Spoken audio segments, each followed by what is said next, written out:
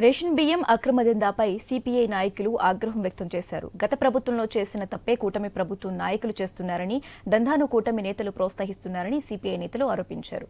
పేదలకు ఇవ్వాల్సిన ధాన్యాన్ని అక్రమంగా రవాణా చేస్తున్న వారిపై పీడీ యాక్ట్ కేసులు నమోదు చేయాలని డిమాండ్ చేశారు. బ్లాక్ మార్కెట్పై దాడులు నిర్వహించి రేషన్ బియ్యాన్ని స్వాధీనం చేసుకోవాలని, పేదలకు పంచుతామని సిపిఐ నంద్యాల జిల్లా కార్యదర్శి రంగనాయుడు హెచ్చరించారు. ఈ రైస్ అమ్మే మార్కెట్ దందాన్ని చేస్తా ఉన్నారు. దీనిపైన జిల్లా కలెక్టర్ గారు స్పెషల్ డ్రైవ్ చేయాల్సిన అవసరం ఉంది.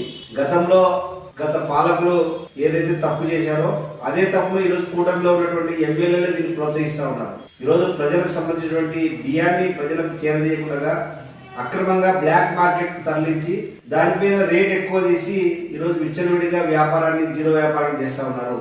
దీనిపైన ఖచ్చితంగా నంద్యాల అదేవిధంగా నందికొట్కూరు విపరీతంగా ఎమ్మెల్యేలుగా ప్రధాన అనుచరులుగా ఉన్నటువంటి వాళ్ళు ఈరోజు డీలర్ల ద్వారా వీళ్ళు కొనుగోలు చేసి డోన్ కేంద్రంగా ఇక్కడ బెంగళూరుకి ఇతర రాష్ట్రాలకు తరలిస్తా ఉన్నారు. ఈ ఎవరైతే బియ్యాన్ని అక్రమంగా అమ్ముతా ఉన్నారో వాళ్ళ మీద పీడీ యాక్ట్ అమలు చేయాలని చెప్పేసి సిబిఐగా